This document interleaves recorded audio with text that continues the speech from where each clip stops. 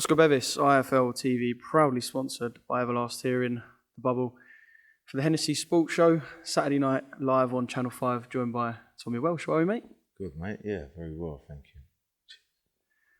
Because it's your IFL debut, right, I said to you I was on the train earlier and I thought we could talk about the fact that you're going to knock someone's head off this weekend and the hype train will continue and whatever. Or we could talk about your journey. Everyone knows your old man. There's a little bit of an interesting story there and whatnot. So I thought, first time on IFL, let's dive straight in. Yeah. First, have you got like a first boxing memory? Like even if it's watching a fight, your dad buying you a pair of gloves, have you got like your youngest boxing memory? Let's start there.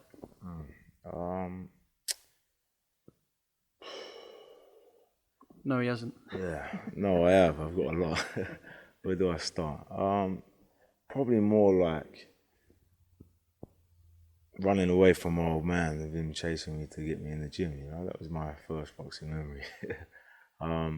Yeah, no, just sort of putting the gloves on for the first time, I think, and thinking, wow, this is weird. You know, my fingers stunk and it was just sweaty. It was horrible, and it probably wasn't for me as a 7-year-old kid. You know, yeah, here we are. Yeah, fast forwarding a bit of time, and here we are.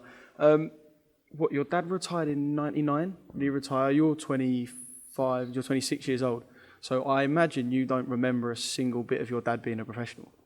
No, I mean, they took me to the world title fight in America when he boxed Akawandi. It was just an horrible, tall, awkward man. Should have been awkward one day. Yeah, I was a little toddler then, so to be honest, I don't remember too much of his career. I remember him coming on with a cut one time. Sort of distinctly remember a big cut over his eye, and I thought, wow. And I was always telling him I wanted to be a fighter before I see that cut. And when I see that cut, I thought, nah, Daddy, I don't want to be a boxer no more, you know. But and that's when you started running away from him. Yeah, that's when I started sort of trying to get away from him when he was chasing me down. But to be honest, it was a boxer's life's always spent chasing the game and never really around. He wasn't around for me as a kid too much, you know. It was more my mum bringing me up till I was about 7, 8 years old. So he was concentrating on doing his thing. After that, he was in London working his socks off, providing for the family while my mum was taking care of me at home and running business as well, you know. So they had to work together as a team. But yeah, like I said, I didn't really know too much about what was going on when I was a kid. So when I had him in my life, he was always taking me down the gym. But yeah, that was sort of my childhood, yeah. And the sacrifices like that you just spoke of, obviously, it's not uncommon to see father and son combinations in the game. Like, so you got Eubank, very high profile. His dad's still sort of supporting in and around him, quite like yourself with your dad at the moment. We got Conor Ben, obviously Nigel's living in Australia, so that's a different sort of relationship fight-wise. But being around him and seeing the sacrifice he made when you was a kid, I suppose, does it give you a view of what it'll be like going into the game, knowing that I can't just go in and be a fighter? I'm going to have to make sacrifice. I will have to leave my kids at home to go to America. So you go in with a bit of knowledge, I suppose. It was a different time back then. America ruled boxing. England is ruling boxing right now. Everything's here. So we've done a good job as Brits to bring it back home. So me growing up now, being in this position I am, I understand the sacrifices my dad had to make, you know. So I don't resent him for that.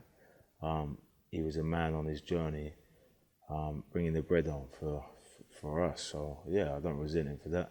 And to be honest, you know, growing up since then, he's given me everything. So you know, I can't ask for no more out of the man. He's provided a good lifestyle, and he continues supporting me with what I want to do. So yeah, you know, in a great position. But me as a father and son combination, like you just said, I'm the only one whose father actually trains him. We're that similar, we've clashed a lot as well, you know, so we've had our wars. I mean, we've gone through serious wars together, and we've always come out stronger. So, you know, it's just a relationship we've had. He's a very fiery man. He's a gentleman, a very gentle man. but he's also a very fiery man. You know, like he's, you know, if he got a chance to put the gloves on, I mean, he has in the past a couple of times, and if you know the stories, then you'll know, but he's still not one to be played with, you know? So, yeah. And is it a bit of a different feel turning over as a heavyweight? Because you're on this journey now, and obviously just because your dad's a big man doesn't mean you were going to be a heavyweight. You could have been light heavyweight, whatever. But I don't know, like when someone's a heavyweight, there's always just that sort of something about them. It's like they ain't just a fighter turning over. It's a heavyweight turning over. They're a big man. They're going to be knocking people out, we hope. So is it a different feel like turning over as a heavyweight, do you imagine?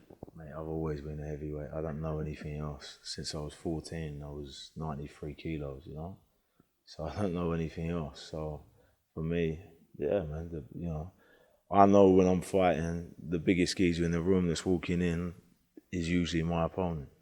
You know, when I was an amateur, I'm waiting, you know, me and the team, whatever team we're with at the time, or you know, we're in the away corner or the home corner, we've all weighed in, we were talking like, who's your opponent? Oh, that's him over there. Who's your opponent? Oh, that's him over there. Who's your opponent? That big, you know, him over there. You know, I got a tough one tonight. He's 6'8", monster. You know, but yeah, it's nothing. You know, I've always been used to this. So heavyweights are very exciting. I think, you know, and that's why it draws people into watching them with big men, and any shot can have you out of there. It's not like the lighter weights. They got a bit more.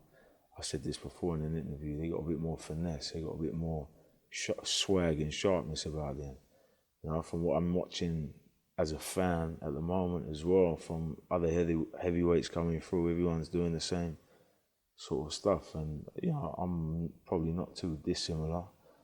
We look for that kill, and we come out and we do look for big shots, but it's about, you know, not giving too much away. It's about setting it up. And I suppose that's exactly why, going back to the press conference earlier, why they were talking so highly of you, talking everyone into sort of joining the train and getting everyone excited and making people think, yeah, I want to follow this journey, because you're Hennessy Sports' main heavyweight on this show. I know they're associated with other heavyweights, but fighting on Channel 5, you're the heavyweight. Yeah. You only want to know. There's pressure on your shoulders, but I don't know, you're the man that they're sort of looking to deliver, the man who's looking to be their big star and push you, yeah. So I don't know, like that's the thing with being heavyweight. It doesn't matter if you're, you know, you might have fighters in lighter weights who are 20-0, but because you're a heavyweight, it doesn't matter if you're 1-0, you're that fucking guy. I'm definitely that guy. And earlier you said about hype train. I don't know about the hype, but you know, we're definitely on a train for sure. And to derail this, you know, you're gonna have to bring something special, I think. So yeah, you know, listen, it's great that Hennessy's obviously investing that belief into what we're doing. We're working hard. I've been in the gym a long time now, so for me, it's like come Saturday night, I just want to get in there. I'm tired. This is the hardest part's done. This is the best part now. You know, just get me in there now, under them lights. Let me go to work. Let me put this to good use. Otherwise, Like built up anger almost. Oh, very much, yeah. You know, I'm smiling, I'm happy, but put them fight gloves on, and you know, I'm gonna rip your face off. Simple as that. You know? Is this like pro debut 2.0?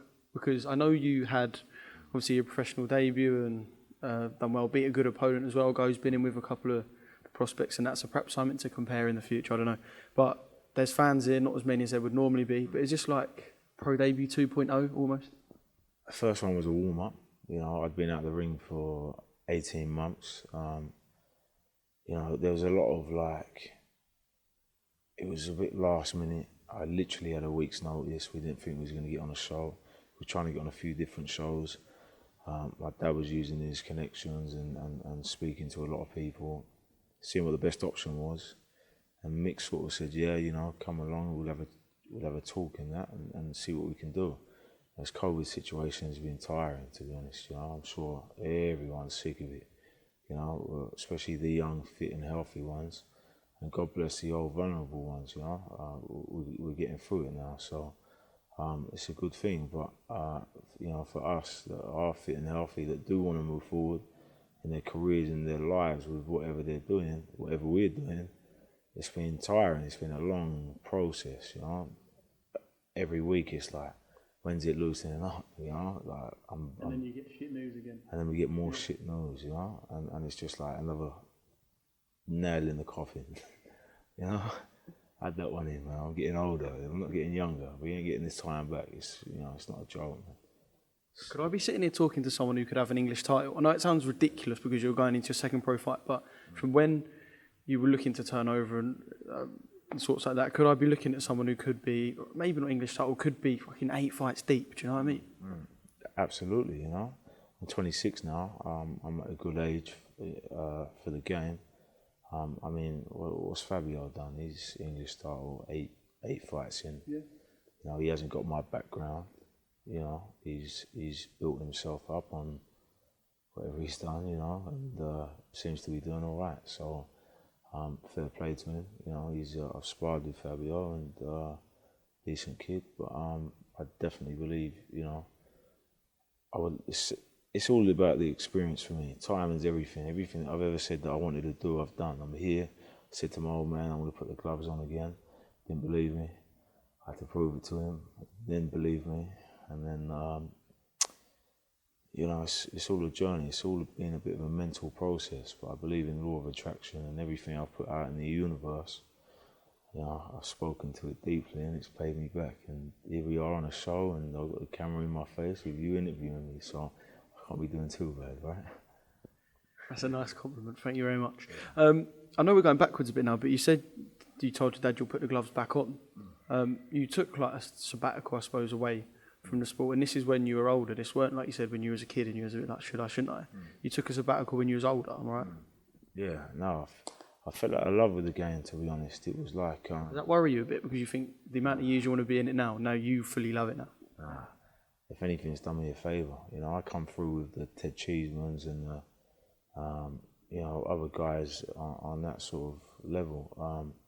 We all went through the GB thing together, and obviously Ted's coming to probably a nearer an end of his career now. He's had a great career. He's British, you know, champion and fought some seriously hard fights. You know, for me, I'm fresh. I'm low mileage. I'm like a new car still, you know. Big car, but a new car, you know. How is someone who likes the game as much as you're telling me, smiling when you're talking about it, telling me that they fell out of love with boxing? Like, I can't process how that happened. I've always had boxing in my life, so it's always been there. It's not as if, like, I've only been in it for the last 5 years, you know, or in my older age. I've always had it there, you know, even as kids. When my old man went around, we used to nick the gloves, put the gloves on and fight each other outside, you know. Me and my friends growing up, like, I grew up with, you know, fighters from the gym, where my dad's given his life to boxing, on a deep level, like, trained thousands of kids through our gym, like thousands of kids. I've seen world champions come through my gym that have never gone on to do bigger things, you know, which is sad. This game eats you up, you know, but I've seen a lot of amateur kids come through, and sort of I've taken my time in the background, perfecting my craft, you know, not necessarily rushing. I haven't had 100 fights. I haven't killed myself in sparring. A lot of these kids are doing that, you know. They're coming to the pro side. You know, these top amateurs are coming to the pro side tired. I'm looking at them, they're tired. I'll be honest, you know, and I'm thinking, you know, what have you got left to give as a pro? You know, and really, pro levels, you know, let's talk about like someone like Lomachenko, for instance. You know, he was fighting world level in his second, third fight. How much more have you got to give to the game? You've had how many Olympic medals? You've had how many fights as an amateur? But really, who knows you as on the pro side? Yeah, on the exposure side, because no one's really seen your amateur career, because no one.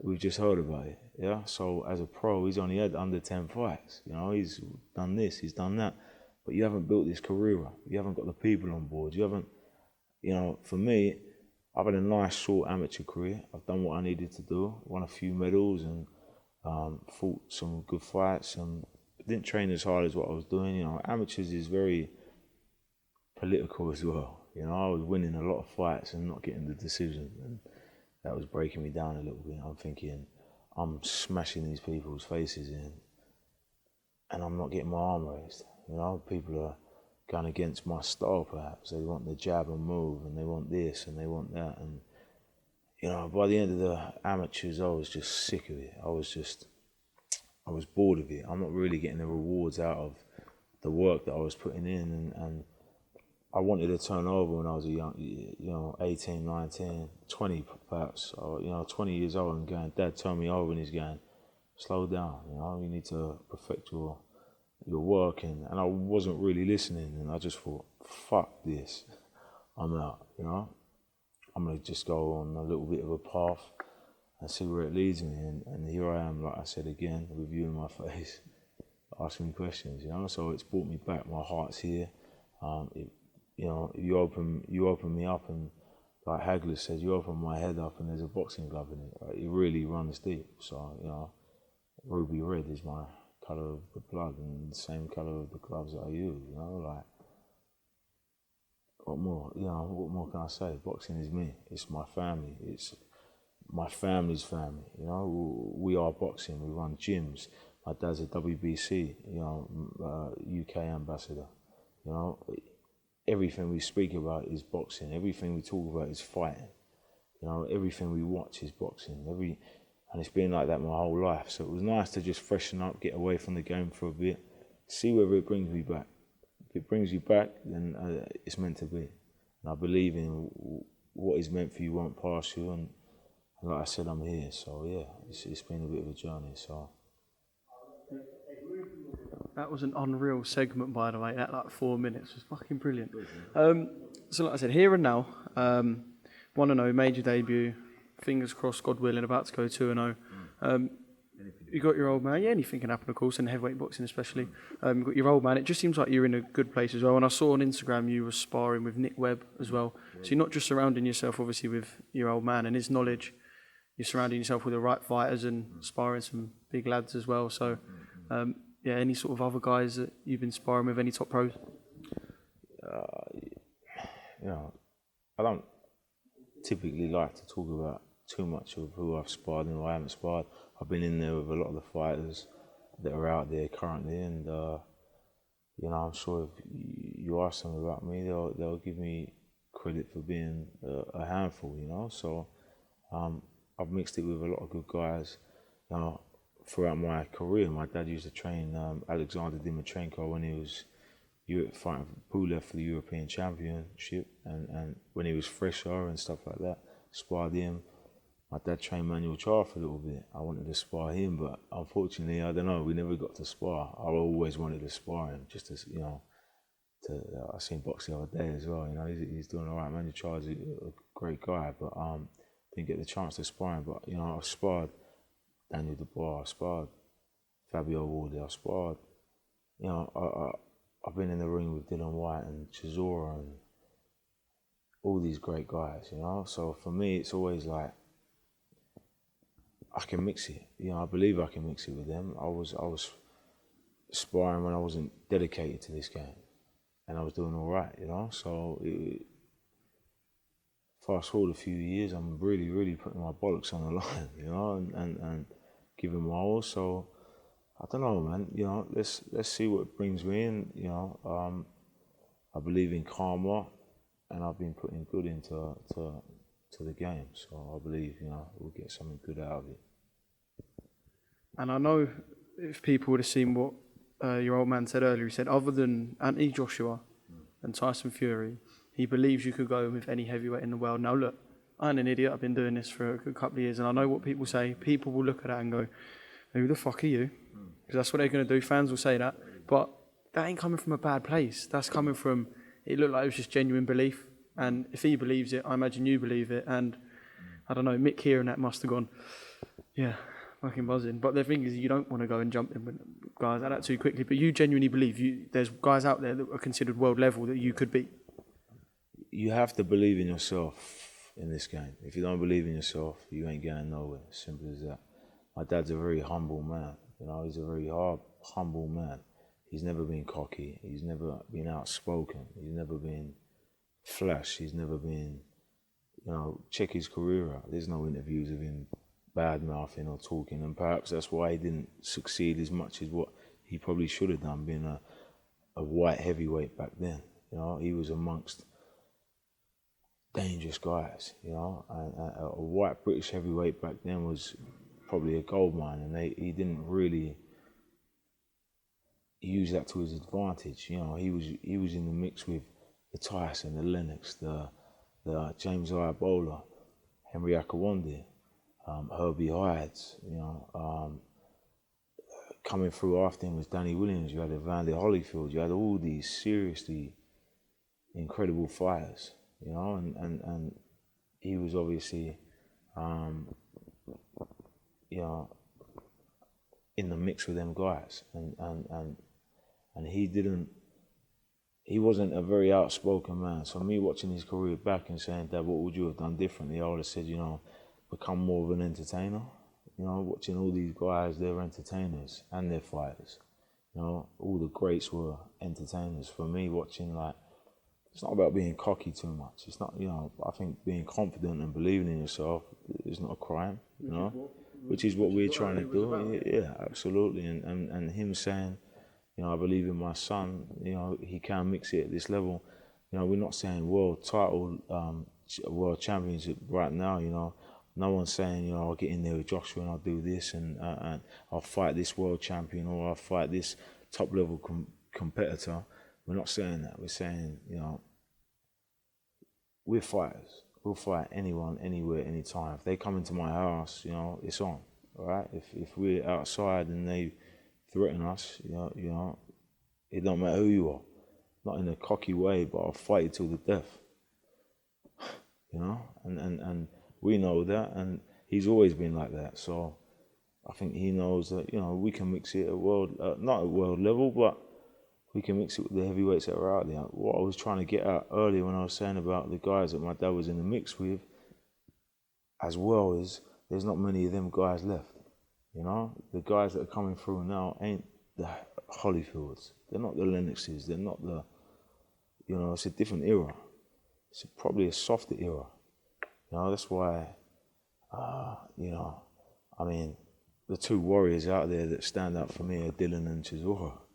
These guys are like the old school boys. You know, they're swinging it with anyone that's coming. They don't care about winning or losing. I mean, of course they care about winning or losing, but they'll fight till death. They'll go out on their shields. They'll get knocked out and they'll come back and fight you again. These guys, like, I really take my hat off to. And Joshua, he's a warrior. He's been knocked out. He's been, you know, beaten badly, and he's come back through and returned it. You know, they're proving that they really are in that caliber of fighters, but the ones coming through, I'm not seeing too much coming through. So we're pretty confident on our careers. I'm not slating no one, you know, but I just think the heavyweight mix is not how it used to be, is what I'm trying to get at. Yeah. So, you know, as long as we work hard, and I believe we can be in the mix with them. I don't see why not. Yeah. All right, fantastic. Just a quick, no, mate, really interesting, really interesting. Just a couple of minutes on Saturday night, sorry. So your opponent come early. He didn't look like a heavyweight, by the way. He just didn't look heavy enough. He went up on stage and I thought, and he was dressed horrendously, by the way, I have to say. Yeah. He has a bad sense. He has a bad dress sense. So I won't slay him too much. But he just didn't look like a heavyweight either. He really didn't look like he had the weight for it. But yeah, you've got a man in front of you tomorrow night who, you know what, people at this stage of your career, right? They're going to be awkward. They're going to try and use the tricks of the trade sort of thing, things they've learnt from fighting other fighters you consider prospects like yourself. Yeah, just, I suppose you want to try and make it as least awkward as possible. Of course, yeah. I mean, he's there not to get knocked out. That's his main job. And anything after that is a bonus for him, you know? So that's probably his mindset. So I don't know anything about him up until today. The matchmakers brought a few opponents forward, and everyone we've been saying yes to, it's been changing, you know? So for me, it's like, I don't know, man. You know, it's the week of the fight. I don't matter who it is. Just get me in the ring. You know, it's gonna be my second fight in 2 years. I need the experience. No matter who. If I'm in there with a lightweight, I don't really care. You know, I think he's put a cruise with this kid, and you know, he's a tall kid, and he's had a lot of experience of fighting. He hasn't been stopped too many times, and he's there, like we're saying, to survive. And you know, mate, you got to give these kids credit. Without these kids in the game, you know, no one can just come into the game fighting domestic level straight away. You know, we can, but that's what the amateurs are for. 50-50 fights. You know, everyone wants this punch perfect career. You know, like, oh, build me up 10, 12, and all 10 knockouts. You know, whatever happens for me, I'm ready. I'm 26. I want to move forward. I want to fight. Of course, this kid's just a stepping stone for me, and whoever they give me at whatever time, I'll fight. You know, progress me forward. That's all I want. So they brought this kid to the table. You know, it is what it is. To be honest, I don't really care who it is. Just get me in there, and you know, the work I've been doing, I believe whoever's in front of me, I'll get the same job done that we need to get to move to where we want to be. So yeah. Fantastic, Tom. Thanks for giving me some of your time, and God willing, all goes well on Saturday night. We will have chat afterwards, and yeah, bring it on. Spot on. All right, good man.